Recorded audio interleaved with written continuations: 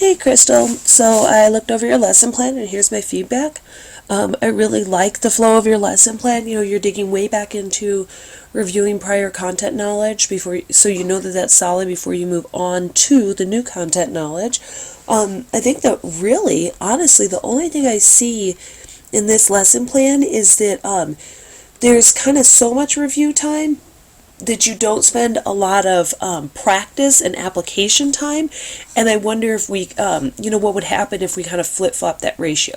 Let me go through here and show you what I mean, okay?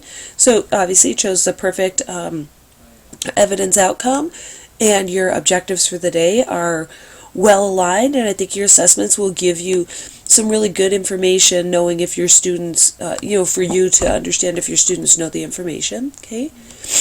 Sorry for my stuffy nose. I'm going to sniffle like 1,000 times in here, okay? All right. Oh my gosh, this is so tiny, but awe is A-W-E, just so you know, okay? All right, so you're starting off with a lot of enthusiasm. You're listening to a song and writing a review of it, which is wonderful. So super high interest, authentic writing piece before you move them into revising it. So I think that's really good. You've timed yourself out well there, all right? Okay.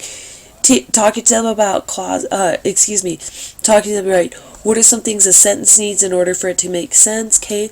I don't know, you're right that they do need to know the parts of speech, but, wait, hold on, I'm going to scroll back up one sec. This is the 8th grade lesson plan, right?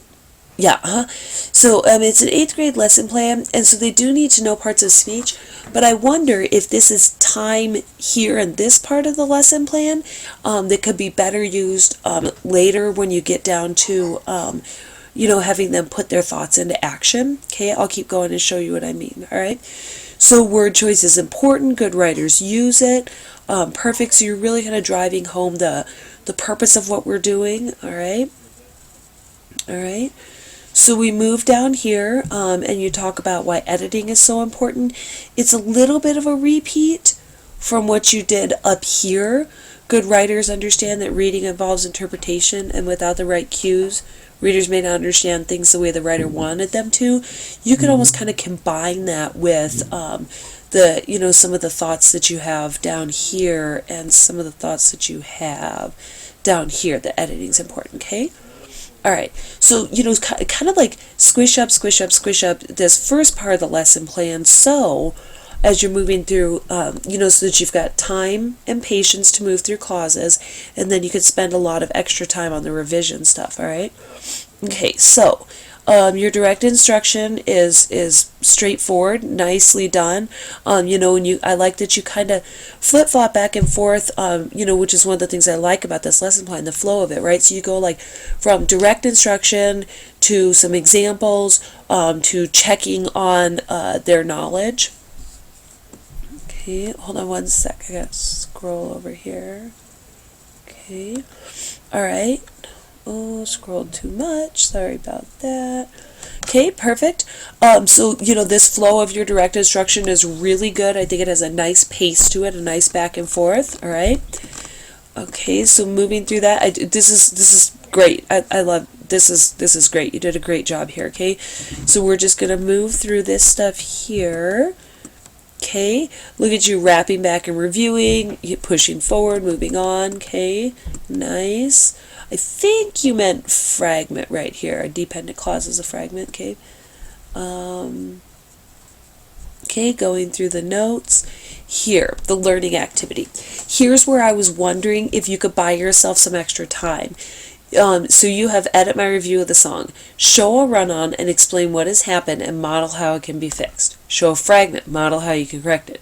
Show staccato sentence structure, model combining sentences by making one dependent and add a fanboy and a comma, okay? This is so essential. This is so meaty because you're going to model for them how to implement this information that you just gave them about dependent and independent clauses so that they can meet the evidence outcome of strong and varied sentences, okay? This is why I was talking to you in the upper part of the lesson plan, at the beginning part of the lesson plan, about squishing some of that information together, squishing it up and buying yourself some more time here, right? It is important to show a run-on sentence, explain what happened, and model how it can be fixed. I want to see you write an example in your lesson plan for me, so I make sure that you're really like comfortable with your knowledge. Show a fragment, model how to correct it. Again, write an example. I want to see your knowledge, okay? Here, show staccato sentence structure. Model combining sentences by making one dependent, adding a fanboy and a comma, okay? It's right here that is so essential, right? If students have two independent clauses and they're both grammatically correct, why would they want to combine them? Here's where you get to drive home that brilliant piece that you put in up front, right? That writers have a reason for writing. They want to control that little voice in their reader's head, and they can only do that if they're doing it carefully, purposely, succinctly, right? 3 complex compound sentences followed by 1 short simple sentences followed by 3 complex compound sentences makes that one little sentence just bang right in the middle, right? Those are the kinds of things you want to talk to them about, not just how to combine sentences, but why. You've got both the pieces you need in this lesson plan. You've got the why up front, you've got the how right here. This is the perfect place to bring them together, okay? All right. Then you have, okay, now that you've seen me edit my review, and you've helped me edit another review, I want you to edit your own reviews, okay?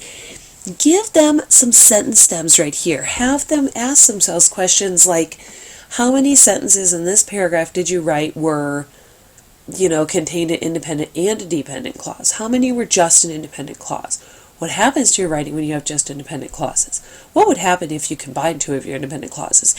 Kind of things like that, right? Give the kids the catalyst they need to take the information and apply it to their writing. And here's what we're working for, with purpose, okay? I think you've given them the information. I think that you have them applying it. I think that you have the purpose up front, but I think you want to drive that purpose home down here. I hope that makes sense, okay? And then I love the fact that you're celebrating their learning at the end, too. This is really nicely done, Crystal. Good job.